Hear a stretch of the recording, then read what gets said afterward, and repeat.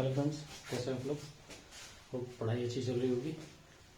आने वाले एग्ज़ाम है 68 जेपीएससी, सॉरी 68 बीपीएससी और 11 जेपीएससी। तो उसके लिए हम लोग क्लासेस चला रहे हैं और यूपीएससी के से रिलेटेड भी क्वेश्चंस हम लोग यहाँ देख रहे हैं। यार जो भी टॉपिक है वो यूपीएससी में उतना ही रेलिवेंट है जो हम लोग पढ़ रहे हैं। और जो मेरा तरीका है, जो मैं जो सोच के पढ़ा रहा हूँ, वो ऐसा सोच के पढ़ा रहा हूँ कि आपका एटलीस्ट यूपीएससी का जो पीटी का जो भी प्रिपरेशन है वो साथ साथ होता चला जाए।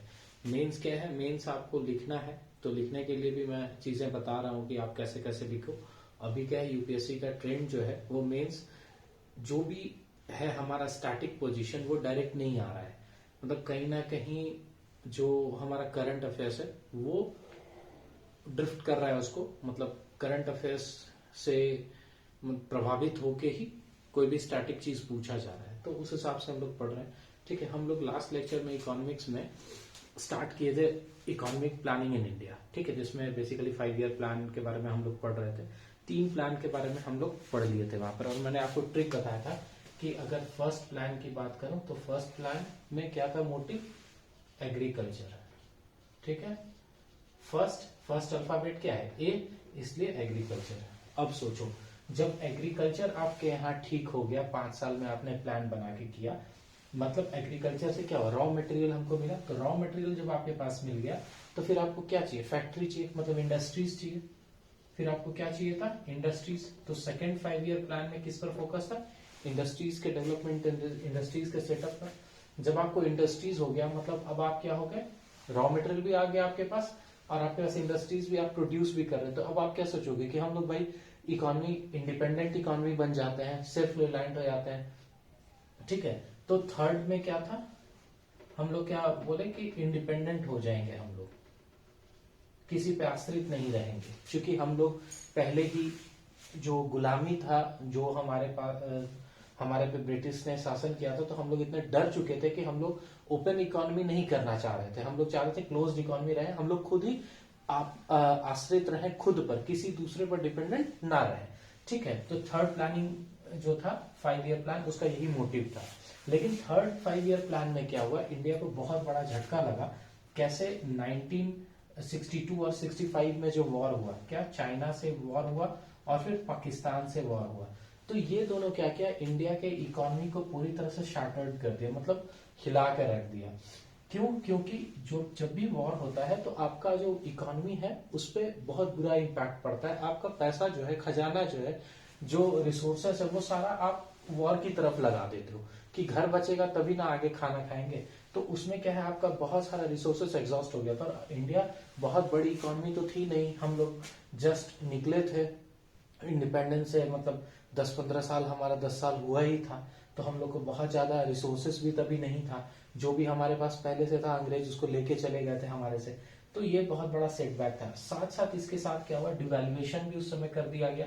डिवेल्युएशन ये सोच के किया गया कि हम लोग डिवेल्युएट करेंगे अपने मनी को, मनी वैल्यू को, तो एक्सपोर्ट हमारा बढ़ जाएगा, तो हमारा जो है फिजिकल डेफिसिट क्या है वो कम होगा। जो हमारा डेफिसिट होता जा रहा है वो फिजिकल डेफिसिट कम होगा और हमारा घाटा कम होगा, हम लोग को बाहर से कुछ पैसा आ जाएगा। लेकिन ये उल्टा पड़ गया, क्योंकि हम we were the importers not the exporter. तो हमारा उल्टा इंपोर्ट बिल जो है वही बढ़ गया, जो हम लोग बाहर से इंपोर्ट करते थे और वही मेरे लिए क्या हो गया, महंगा हो गया, बढ़ गया।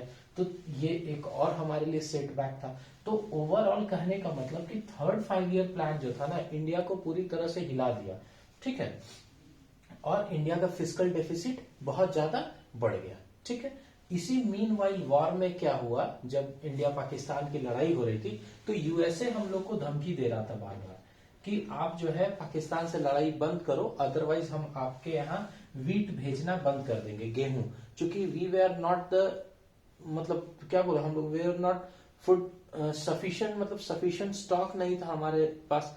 आज हम लोग क्या है, सरप्लस है, किसमें, फूड स्टॉक में। तभी क्या थे, सरप्लस नहीं थे हमारे पास, खाने के लिए प्रॉपर खाद्यान्न की व्यवस्था नहीं थी, हमारे पास अनाज प्रॉपर अमाउंट में नहीं था। तो क्या था, हम लोग को इंपोर्ट करना पड़ता था यूएसए से, ताकि इतना जो मास पॉपुलेशन उसको खाना खिलाया जा सके।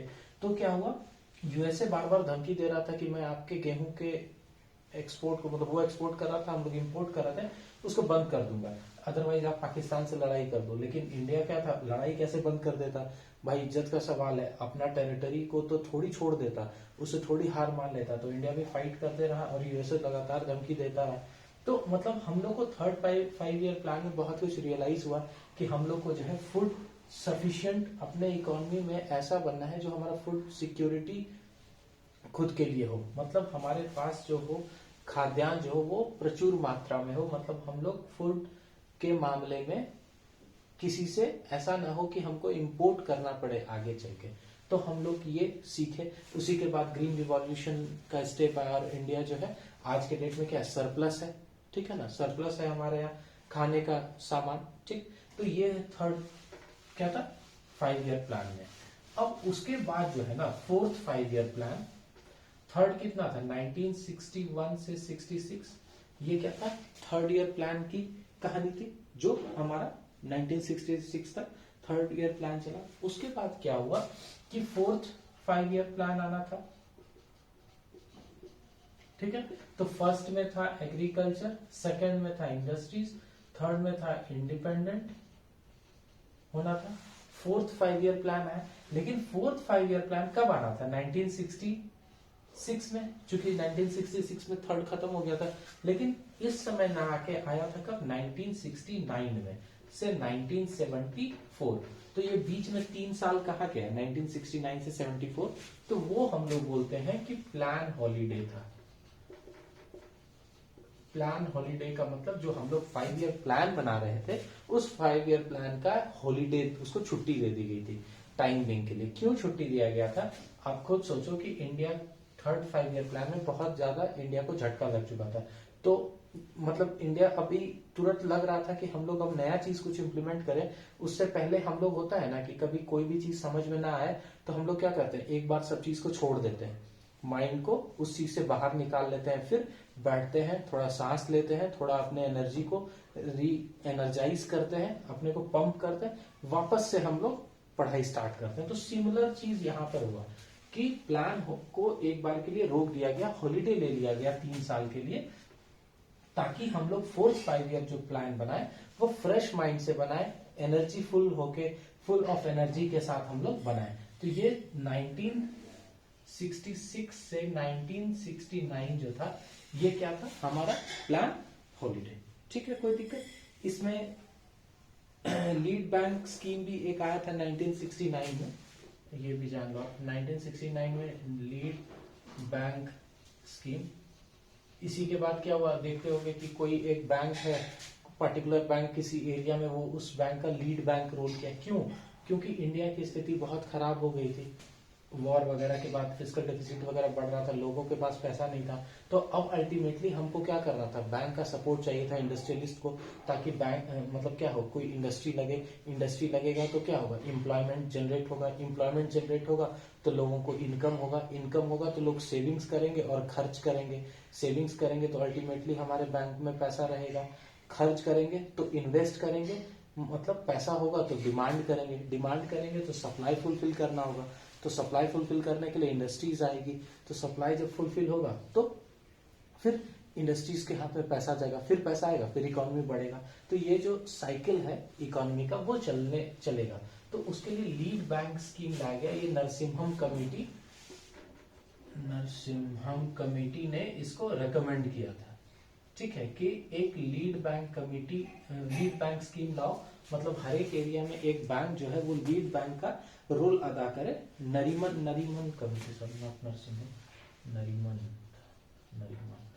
तो आप हर एक एरिया में एक लीड बैंक लाओ जो कि लोगों को ब्याज, कम ब्याज दर पे या जो भी है इजिली लोन प्रोवाइड करे, ठीक है। और दूसरी चीज कि हम लोग ये देख चुके थे कि जब हमारा इंडिया पाकिस्तान का वॉर चल रहा था 65 का, उस समय यूएसए पीछे से बार बार हमको कह रहा था कि तुम्हारा वीट रोक लेंगे, तुम्हारा अनाज रोक लेंगे, नहीं तो तुम युद्ध बंद करो।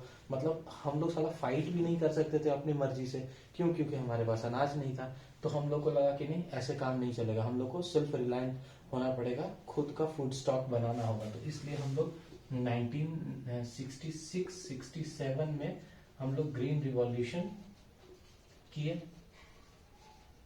कब 1967 में हम लोग क्या किए, ग्रीन रिवॉल्यूशन आया हमारे यहाँ, हरित क्रांति जिसको बोलते हैं, क्या था इसमें, हाई यील्डिंग वैरायटी जो था सीड्स का, उसको हम लोग बेसिकली यूज किए, और हमारा क्या हुआ, ग्रोथ बहुत ज्यादा हुआ। ठीक है, हमारा ग्रोथ बना और हम फूड डिफिशिएंट से फूड सफिशिएंट बने।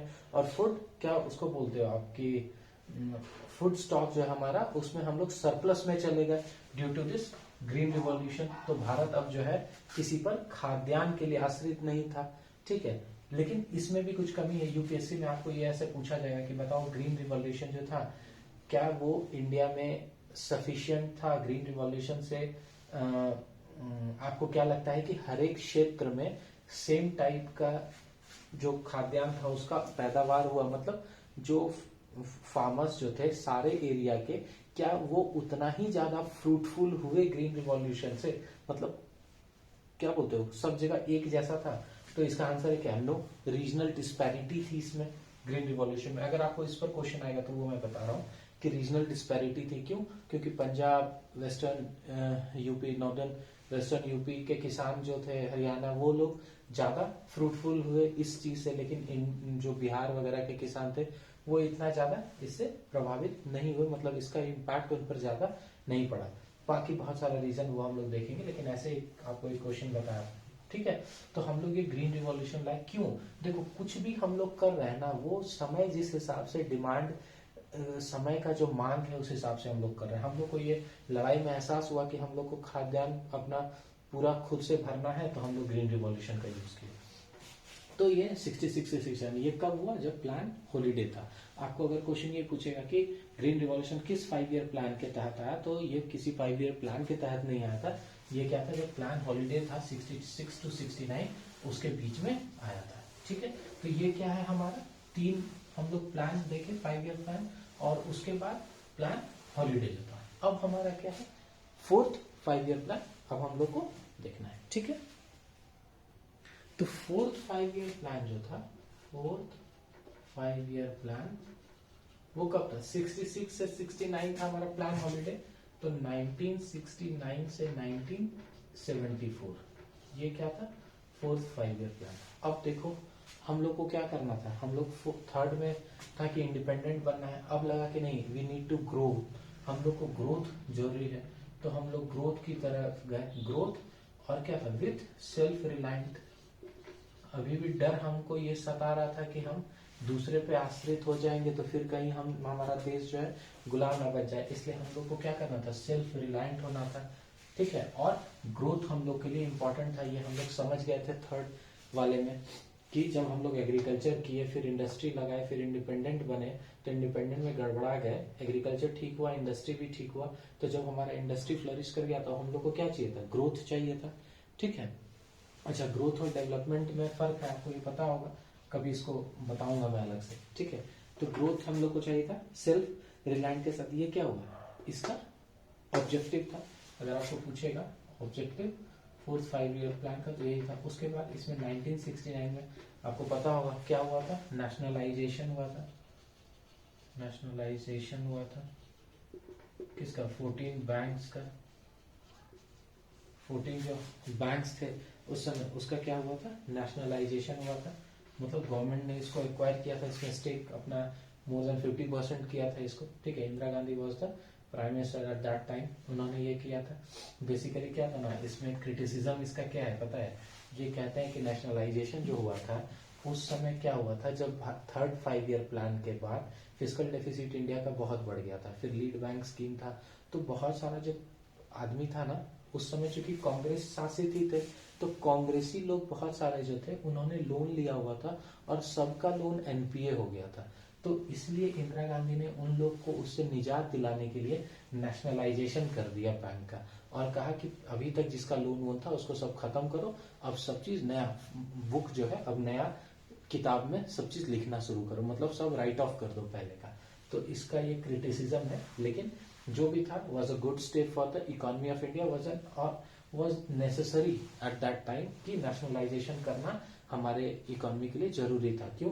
क्योंकि अगर बैंक जो है, ऐसे भी समझो व्हाई, अगर आपको क्वेश्चन पूछेगा why nationalisation of banks was important at that time 4th 5 year plan, तो बिकॉज उसका रीजन क्या था कि देखो, आपको इकोनॉमी है आपका, उसको आपको क्या करना है, बढ़ाना है। इकोनॉमी कैसे बढ़ेगा, जब इन्वेस्टमेंट होगा। बिना इन्वेस्टमेंट के कुछ नहीं होगा। क्यों इन्वेस्टमेंट, मतलब बिल्डिंग बनाओगे, इंफ्रास्ट्रक्चर डेवलप करोगे, रोड बनाओगे, ट्रांसपोर्टेशन का व्यवस्था, तभी कोई चीज फ्लरिश करेगा इकोनॉमी आपका। तो ये सारा चीज किस पर डिपेंड कर रहा था, इन्वेस्टमेंट पर। बिना इन्वेस्टमेंट के कुछ हो ही नहीं पाता। तो इन्वेस्टमेंट के लिए जरूरी क्या था, बैंक्स का होना। अब आप ऐसे समझो, अगर प्राइवेट बैंक होगा, मान लो मेरा एक कोई बैंक है XYZ, ये प्राइवेट बैंक है, तो हम पैसा किसको देंगे, वैसे आदमी को देंगे जहां से मेरा पैसा डूबने का खतरा कम रहे। हम कोई नए बिजनेसमैन को क्यों देंगे, भाई पैसा मेरा लेके बैठ जाएगा, NPA कर देगा, तो हम इससे परहेज करेंगे अगर हम प्राइवेट बैंक है तो। लेकिन अगर ये गवर्नमेंट, तो प्राइवेट बैंक थी, वो पैसा नहीं दे रही थी लोगों को, फार्मर्स को, या जो नए एंटरप्रेन्योर थे उनको पैसा नहीं दे रही थी, डर से कि क्या होगा मेरा पैसा डूब ना जाए। इसलिए गवर्नमेंट को उस समय नेशनलाइजेशन करना इंपॉर्टेंट था, ताकि बैंक्स जो है अब जो है नए नए एंटरप्रेन्योर हैं, इंडस्ट्रियलिस्ट हैं, उनको पैसा दे, ताकि वो नए नए इंडस्ट्री स्टैब्लिश करें और हमारा इकोनॉमी क्या हो, आगे की तरफ बढ़े। तो नेशनलाइजेशन करना इसलिए इंपॉर्टेंट था, किसमें, इस प्लान में। ठीक है, क्यों, क्योंकि थर्ड 5 ईयर प्लान के बाद हमारी इकोनॉमी पूरी तरह से धराशायी हो गई थी। देखो ये चैप्टर है बेसिकली फैक्ट वाला, पूछेगा फैक्ट, लेकिन इससे आप जो है ना एक ओवरऑल इकोनॉमी का, चूंकि आपको कोई भी एग्जाम आप दे रहे हो तो आपको अगर मेंस देना है तो मेंस में बिना आपको सिर्फ रटे नहीं होगा कि फर्स्ट 5 ईयर प्लान में एग्रीकल्चर कैसे हुआ, आपको ये क्रोनोलॉजी समझना पड़ेगा कि देश आपका किस तरह से आगे बढ़ा है और उस हिसाब से चीजें होती गई हर एक प्लान में। ठीक है ना, तो ये आपको समझने के लिए समझना पड़ेगा इस चीज को। तो ये आया क्लियर हुआ कि क्यों नेशनलाइजेशन करना जरूरी था उस समय। उसके बाद क्या है कि ये अगर पूछा जाएगा आपको कि ये किस मॉडल पे है, ये जो 4th ईयर 5 प्लान है ये किस मॉडल पे है, तो आपको क्या बोलना है, Leontief input model. Leontief input model, Leontief input model है। क्या है इस मॉडल में, ये है ये मॉडल। मतलब आप इनपुट कम डालो और आउटपुट ज्यादा हो। ठीक है, मतलब आप जो इन्वेस्ट करो इतना प्रॉपरली, इतने अच्छे तरीके से इन्वेस्ट करो कि जो इन्वेस्टमेंट है आपका उसके कंपैरिजन में जो आपका आउटपुट है वो ज्यादा हो। मतलब हम लोग इस तरह से पढ़ाई करें, यूपीएससी की प्रिपरेशन करें इस तरह से कि हम जो इनपुट डाल रहे हैं, अगर 5 घंटा डाल रहे हैं तो उससे आउटपुट ज्यादा से ज्यादा निकल सके। तो इनपुट आउटपुट रेशियो हम लोग देखते हैं, वही चीज यहाँ पर था। इसमें जो टारगेटेड हमारा जो ग्रोथ था वो कितना था, टारगेटेड ग्रोथ इसमें 5.6% का था और अचीव किए थे हम लोग टारगेट 3.3%। किसमें, ये 5th 5 ईयर प्लान है। मतलब बहुत ज्यादा हम लोग अचीवमेंट नहीं कर सके थे। उसका कारण क्या था, आपको ये पूछेगा कि 4th 5 year plan was also not very successful or you can say that was insuccessful. What was the reason behind it? तो उस समय जो सबसे बड़ा रीजन था वो था भारत के सामने रिफ्यूजी और एडवर्स क्लाइमेट जो था उस 5 ईयर प्लान में बहुत एडवर्स था। और रिफ्यूजी का प्रॉब्लम क्यों हुआ था, ड्यू टू पाकिस्तान और बांग्लादेश वॉर।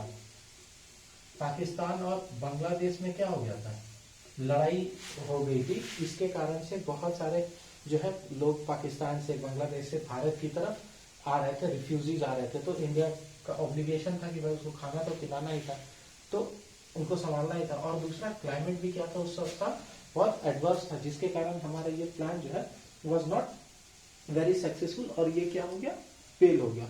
और ऐसा होने से हुआ कि अगर आपको पूछेगा रिफ्यूजी और एडवर्स क्लाइमेट था 4th 5 ईयर प्लान में, जिसके कारण वो फेल हो गया। लेकिन इसके कारण हुआ क्या था, तो इसके कारण ये हुआ कि जो हमारा नेचुरल रिसोर्सेस है उस पर बर्डन बहुत ज्यादा हो गया। बर्डन क्या हो, बहुत ज्यादा बढ़ गया, जिसके कारण हमारा इकोनॉमी जो है फिर पूरी तरह से गड़बड़ा गया। ठीक है, एक चीज और इसमें हुआ था 1974 में फर्स्ट टाइम पोखरण में न्यूक्लियर पावर का, तो इंडिया जो है न्यूक्लियर पावर बन गया था, मतलब न्यूक्लियर का यूज कर लिया था। इंडिया के पास न्यूक्लियर शक्ति आ गई थी कब, 1974 में। ठीक है, सबसे पहली बार। ठीक है, अब देखो क्या हुआ, देख रहे हो ना आप कैसे कैसे इंडिया की स्थिति, अभी क्या ग्रोथ रेट उतना ज्यादा हुआ नहीं तो स्थिति हमारी क्या हो गई और थोड़ी खराब हो गई। हम लोग जो सोच के प्लान हॉलीडे करके 4th 5 ईयर प्लान लाए, लेकिन हम लोग उसमें भी बहुत ज्यादा सक्सेसफुल नहीं रह गए, हमारी स्थिति और खराब हो गई। तो और खराब हो गई तो इसका मतलब क्या होगा, हमारा फिस्कल डेफिसिट क्या होगा, बढ़ गया होगा, फिस्कल डेफिसिट बढ़ गया होगा। तो इसका मतलब क्या है, ओवरऑल आपका पोवर्टी क्या होगा, इंक्रीज कर गया होगा। आपके कंट्री में पोवर्टी, गरीबी क्या हो गई होगी, बहुत ज्यादा बढ़ गई होगी। ठीक है, क्यों, क्योंकि आप इंडस्ट्री वगैरह फ्लरिश नहीं कर रहा था, एम्प्लॉयमेंट नहीं था, एग्रीकल्चर में डिस्गाइज अनएम्प्लॉयमेंट था, 80% लोग उसी पर डिपेंडेंट थे। और क्लाइमेट अगर एडवर्स कंडीशन में हो गया, इसका मतलब एग्रीकल्चर उस समय क्या होगा, पूरी तरह फेल हो गया होगा। एग्रीकल्चर फेल हुआ होगा तो जो ओवरऑल जो हमारा जितना होना चाहिए पैदावार, ठीक है, अगर आप ग्रीन रिवॉल्यूशन से कुछ स्टेट को छोड़ दो तो बाकी जगह की स्थिति क्या है, खराबी हो गई थी। तो इसलिए इंडिया में क्या हो गया, प्रिवेल करने लगा उस समय क्या, पोवर्टी। तो अब जब 5th ईयर प्लान आएगा, 5th 5 ईयर प्लान, तो उसका क्या होगा ऑब्जेक्टिव, आप ऐसे समझ लो, ऐसे ही आप बता सकते हो कि उसका ऑब्जेक्टिव क्या होगा, पोवर्टी इराडिकेशन और सेल्फ रिलायंस। ये तो चल ही रहा था, poverty eradication and self reliance. Self reliance इसलिए क्योंकि डर तो था ही हमारे मन में, फिर से गुलाम ना हो जाओ। और poverty eradication was the plan, why, because India जो है पोवर्टी की तरफ कदम रख चुका था। बहुत सारे लोग ऑलरेडी पोवर्टी, कदम क्या मतलब बहुत गरीब हो चुके थे इंडिया में। ठीक है, तो ये क्या था, फर्स्ट मतलब 5th 5 ईयर प्लान है। इसमें एक चीज इंपॉर्टेंट है, इसको टर्मिनेट कर दिया गया था a year before it's term. इसका टर्म कितना था, 1969 से वो 74 तक था, तो ये कितना रहा होगा, 1974 से 79 इसका टेन्योर होगा, किसका, 5th 5 ईयर प्लान का। लेकिन हुआ क्या, ये 1978 में ही इसको क्या कर दिया गया था, टर्मिनेट कर दिया था। ये आपको इसके बता रहा हूं, आपको ये डायरेक्ट क्वेश्चन आएगा स्टेट पीसीएस वगैरह में कि ये बताओ कि कौन सा ऐसा 5 ईयर प्लान था जिसको 1 साल पहले ही टर्मिनेट कर दिया गया था। तो the answer of the question is 5th 5 year plan. ठीक है, क्यों, क्योंकि उस समय जनता गवर्नमेंट आ गई थी पावर में। कौन, जनता गवर्नमेंट। ये क्या थी, नॉन कांग्रेस गवर्नमेंट। ये पहली बार नॉन कांग्रेस गवर्नमेंट बना था कब, 1978 में। इसलिए क्या हुआ, इस समय इसको क्या कर दिया गया, क्या बोलते हैं उसको, टर्मिनेट कर दिया गया इसको। इसमें क्या था ऑब्जेक्टिव इसका, पोवर्टी इरेडिकेशन है, सेल्फ रिलायंस। ठीक है, अगर ये पूछेगा आपको इस किस मॉडल पे था, तो मॉडल था डीपी धर, डीपी धर है, डीएम धर है भाई, हाँ डीपी धर ही था। डीपी धर मॉडल पे ये काम कर रहा था, मतलब बेस था कौन, 5th 5 ईयर प्लान। ठीक है, कोई दिक्कत इसमें। और एक चीज चला है क्या, मतलब 2 काम किया गया इसमें। पहले तो 1969 में क्या किया गया था, पिछले 5 ईयर प्लान में नेशनलाइज किया गया था बैंक का। उसके बाद क्या हुआ, एक बार ऐसा सिचुएशन आया गवर्नमेंट के सामने कि जो नेशनलाइज बैंक थे, 14 नेशनलाइज बैंक, वो हड़ताल पे चले गए। ठीक है, तो उसको ओवरकम करने के लिए गवर्नमेंट को कोई अल्टरनेट व्यवस्था करना था। इसलिए गवर्नमेंट ने क्या किया, आरआरबी सेटअप किया, रीजनल रूरल बैंक सेटअप किया। क्यों, नेशनलाइज बैंक के मतलब क्या बोलो उसको, कंपनसेट करने के लिए। कब किया गया, 2 अक्टूबर 1975 को। इस प्लान के तहत, 5th 5 ईयर प्लान के तहत आपको पूछा जाएगा कौन सा बैंक का स्थापना हुआ था, तो हम लोग क्या बोलेंगे, रीजनल रूरल बैंक। ठीक है, उसके बाद क्या किया गया, फूड फॉर वर्क प्रोग्राम। अब समझो फूड फॉर वर्क प्रोग्राम क्यों चलाया गया, कब, 1976 में से। फूड फॉर वर्क प्रोग्राम 77 78 चलाया था, 77 70, अच्छा हाँ 79 में ना, तो 77 78 में चलाया गया था क्या, फूड फॉर वर्क प्रोग्राम। मतलब आप काम करोगे तो आपको खाना मिलेगा। क्यों, मैंने आपको बताया था 3rd 5 ईयर प्लान के बाद, उसके बाद फिर 4th 5 ईयर प्लान भी अनसक्सेसफुल रहा, तो भारत की स्थिति खराब हो गई, लोग गरीब हो गए, ऐसे इतना गरीब हो गए कि उनको खाना नहीं मिलने लगा। तो गवर्नमेंट ने क्या किया कि चलो ऐसा करो, सबसे पहला बेसिक नीड क्या है, व्हाट इज पॉवर्टी। पॉवर्टी का डिफिनेशन क्या है कि आप अगर खाना नहीं खा सको तो दैट इज पॉवर्टी। बाकी चीज तो कपड़ा वगैरह तो सेकेंडरी चीज है, प्राइमरी क्या है, सबसे पहले आपका भूख मिटना। तो अगर आप भूखी नहीं, आपको इनएडिक्वेट अमाउंट में अगर खाना मिल रहा है तो इसका मतलब आप क्या हो, गरीब हो। तो पोवर्टी हमारा, मैंने बताया इसका प्लान का एम क्या था, पोवर्टी इरेडिकेशन। इसका मतलब पोवर्टी बहुत ज्यादा बढ़ गया था।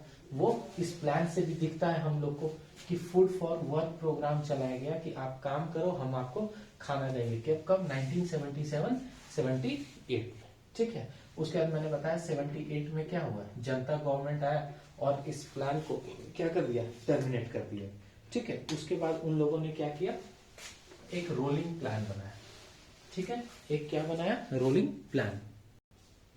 तो ये लोग रोलिंग प्लान,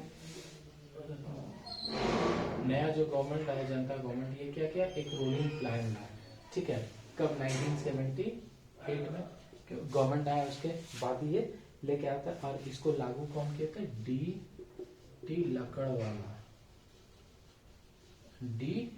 लकड़वाला ने इसको क्या किया था, लागू किया था। लेकिन गवर्नमेंट जो है ना 1978 से 80 तक ही चली, उसके बाद गवर्नमेंट ही क्या हो गई, कोलैप्स कर गई जनता गवर्नमेंट। तो रोलिंग प्लान भी क्या हुआ, कोलैप्स कर गया, खत्म हो गया, ठीक है। तो ये this was the story of 5 year plan. इसमें एक चीज और था, मिनिमम नीड प्रोग्राम। ये भी 1974 में चलाया गया था, लिख लो इसको, एक फैक्ट है। मिनिमम नीड प्रोग्राम भी इसमें चलाया गया कि कम से कम जो आपको जरूरत है उसकी पूर्ति हो, उसकी पूर्ति किया जाए। और दूसरा चीज क्या कि फूड फॉर वर्क प्रोग्राम, कि आप काम करो आपको खाना मिलेगा, वो भी क्या था, इसमें चलाया गया था। तो this is all about 5th 5 year plan, ठीक है। एक चीज और शायद छूट गया ना, वो ग्रोथ नहीं बताया। टारगेटेड ग्रोथ इसमें क्या था, 4.8%, और अचीव जो ग्रोथ हुआ था इसमें 4.4% था, और 4.8% हम लोग अचीव किए थे, थोड़ा बढ़ के अचीव किए थे इसमें, ठीक है ना, किसमें, 5th ईयर प्लान में, ठीक। उसके बाद हम लोग आगे बढ़े। अब देखो बात समझ लो कि इंडिया की स्थिति ऐसी हो गई कि गरीबी जो है बहुत चरम पर चली गई कि हम लोग को फूड फॉर वर्क प्रोग्राम चलाना पड़ा। तो इसका मतलब क्या था, अब जो पिछला तो था ही poverty eradication and self reliant, लेकिन अब कौन सा था, 5th था ना। अब 6th में 5 ईयर प्लान में क्या होगा, गरीबी तो खत्म हुई नहीं, तो हम लोग का ऑब्जेक्टिव क्या रह गया, वही। क्योंकि अब जब सबसे पहला चीज हो गया लोग का भूख खत्म करना, लोग को मतलब खाना प्रोवाइड कराना, वही नहीं होगा तो बाकी चीज क्या हम लोग सोच सकते हैं। तो खाना प्रोवाइड किया गया कब, 6th 5 ईयर प्लान में। तो इसका ऑब्जेक्टिव क्या था, पॉवर्टी इरेडिकेशन। इसमें इरेडिकेशन, इसमें क्या एम था, पॉवर्टी इरेडिकेशन। और यहाँ पर एक स्लोगन दिया गया, क्या दिया गया स्लोगन, गरीबी हटाओ, ठीक है, गरीबी हटाओ, इरेडिकेट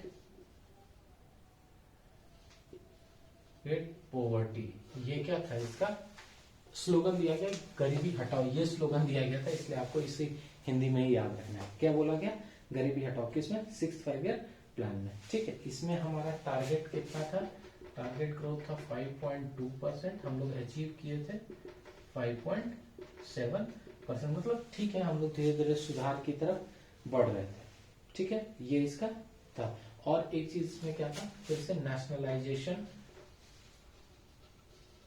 ऑफ 6 बैंक्स, 6 बैंक्स का नेशनलाइजेशन हुआ। अच्छा वो कब था, 1974 से 79 उसका टेन्योर था, लेकिन वो 78 में ही क्या हो गया था, खत्म हो गया था। लेकिन टेन्योर तो 79 था, और गवर्नमेंट 1980 तक चली थी रूलिंग प्लान के साथ। तो इस ये कब से कब, 1980 to 85, ये क्या है, 6th 5 ईयर प्लान, ठीक है। इसमें क्या गया, नेशनलाइजेशन जो है बाकी 6 बैंक का भी किया गया। और 12 जुलाई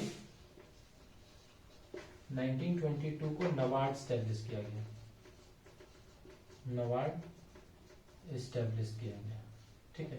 तो ये क्या था, 6th 5 ईयर प्लान, यहीं तक करने देते हैं, हम लोग नेक्स्ट क्लास में आगे बढ़ेंगे। अब एक चीज क्रोनोलॉजी समझो, यहाँ पर क्या हुआ, फिर से हम एक बार रिवीजन करा देता हूँ। सबसे पहले में एग्रीकल्चर, फिर इंडस्ट्री, फिर हम लोग बोले कि इंडिपेंडेंट हुए होंगे, फिर सेटबैक हुआ, फिर क्या था प्लान हॉलीडे आया, फिर क्या था पोवर्टी इरेडिकेशन और सेल्फ रिलायंट, और सिक्स्थ में पोवर्टी इरेडिकेशन। ठीक है, ये ऐसे करके 1 2 3 4 सिक्स्थ है ना, फोर्थ में फिफ्थ प्लान हॉलीडे, और अपना ये क्या था फोर्थ वाले का एम क्या था, फोर्थ जब इंडस्ट्री कर लिया, इंडस्ट्री आ गया तो उसके बाद हम लोग क्या किए, इंडिपेंडेंट था ना थर्ड में, फोर्थ में था ग्रोथ। हाँ, जब इंडस्ट्री हो गया तो हम लोग प्लान किए कि हम लोग ग्रोथ करेंगे, ग्रोथ और सेल्फ रिलायंट, और फिर इसमें गरीबी बढ़ गई तो इसके बाद poverty and self reliant, poverty eradication, और फिर सिक्स्थ में पोवर्टी इरेडिकेशन। ठीक है, और उसी क्रम में मैंने बताया कि नेशनलाइजेशन हुआ, फिर बैंक्स का नेशनलाइजेशन बैंक्स का हुआ, उसके बाद आरआरबी को सेटअप किया गया कि अगर बैंक्स, दो कारण से आरआरबी जो सेटअप हुआ वो दो रीजन था कि नेशनलाइज बैंक अगर हड़ताल पे चला जाएगा तो क्या होगा, कौन काम करेगा, आरआरबी। एक तो ये रीजन था कि नेशनलाइजेशन का एक अल्टरनेट हो, नेशनलाइज्ड बैंक्स का अल्टरनेट हो, और दूसरा आरआरबी का कारण क्या था कि ये लोकल और विलेज लेवल में इसकी पेनिट्रेशन हो, मतलब ये पेनिट्रेट करके विलेज लेवल पर, मतलब गांव में जाके लोगों को, गांव के लोगों को भी ये लोन प्रोवाइड कर सके, क्रेडिट प्रोवाइड कर सके। इसी सोच के साथ आरआरबी को स्टैब्लिश किया गया। उसके बाद क्या है, और 6 बैंक्स जो थे, गवर्नमेंट को और बैंक्स की जरूरत थी तो उसने 6 और प्राइवेट बैंक को क्या किया, नेशनलाइज कर दिया। क्यों, क्योंकि उनके पास डिपॉजिट्स वगैरह बढ़ रहे थे, और फिर उससे काम नहीं चला, फिर क्या किया गया, नाबार्ड को स्टैब्लिश किया गया। नाबार्ड क्या था, स्पेसिकली एकदम एग्रीकल्चर को ही देखता है। कि हम लोग इसके बारे में आगे बैंकिंग में पढ़ेंगे किस तरह से आरआरबी है ना, पता है 2013 में हमारे जो फाइनेंस मिनिस्टर, जो प्राइम मिनिस्टर थे, जो फाइनेंस मिनिस्टर भी थे मनमोहन सिंह, उन्होंने बोला कि आरआरबी को खत्म कर दो, बंद कर दो। ठीक है, तो आप सोचो मतलब क्या विडंबना है देश की कि एक फाइनेंस मिनिस्टर कह रहे हैं कि इसको, जो फाइनेंस से खुद इतने बड़े आदमी से जिनको फाइनेंस से इतना समझता, वो बोल रहे हैं इसको बंद करो। तो खैर वो अलग चीज है। तो आरआरबी सेट किया गया किस एम के साथ कि नेशनलाइज बैंक का एक अल्टरनेट हो और लोकल लेवल पे पेनिट्रेशन हो, विलेज लेवल पर पेनिट्रेशन हो बैंक्स का। उसके बाद और नाबार्ड का एस्टेब्लिशमेंट किया गया। ठीक है, ये क्यों, ताकि एग्रीकल्चर सेक्टर को और ज्यादा पैसा दिया जाए, क्योंकि हमारा जो एग्रीकल्चर था वही हमारे इकोनॉमी का सबसे बड़ा पहिया और सबसे इम्पोर्टेंट पहिया था। अगर एग्रीकल्चर चलता तो हमारा 70 to 80% पॉपुलेशन जो है वो डायरेक्टली और इनडायरेक्टली डिपेंड कर रहा था किस पे, एग्रीकल्चर पे। तो जब एग्रीकल्चर हमारा डेवलप नहीं होगा तो हमारा देश कभी डेवलप नहीं हो सकता है। तो इसलिए क्या किया, एक और स्टेप आगे बढ़ाया गया, नाबार्ड को लाया गया। ठीक है ना, तो गवर्नमेंट जो भी कर रही है वो क्या कर रही है, according to the situation of the economy of the country. आज भी हम लोग क्या है, अगर कहेंगे कि पॉवर्टी को आपको इरेडिकेट करना है, खत्म करना है, अगर मैं आपको पूछूं, आपको यूपीएससी ये पूछे कि बताओ आप पॉवर्टी को कैसे हटाओगे, कैसे कम करोगे, 2 मिनट आपका टाइम लूंगा, तो आप सबसे पहले क्या लिखोगे कि मैं क्या करूंगा, टेक्नोलॉजी लाऊंगा, फलना करूंगा, ढींका करूंगा, नहीं। सबसे पहले क्या है, एग्रीकल्चर सेक्टर को ग्रो करूंगा। बिना एग्रीकल्चर सेक्टर पे काम किए हुए आप इंडिया इकोनॉमी को आगे नहीं बढ़ा सकते। ठीक है, इस पे कभी हम लोग चर्चा करेंगे, मेंस का आंसर राइटिंग का, कभी अगर इच्छा होगा आप कमेंट करना, बताना, तो मैं वो भी करूंगा। ठीक है, तो ये उसलिए इम्पोर्टेंट है। ठीक है, तो होप आपको ये समझ में आया होगा। थोड़ा सा स्लो इसलिए चल रहे हैं ताकि आपको पीटी से लेके मेंस तक का जो एक आइडिया है वो लगता चला जाए।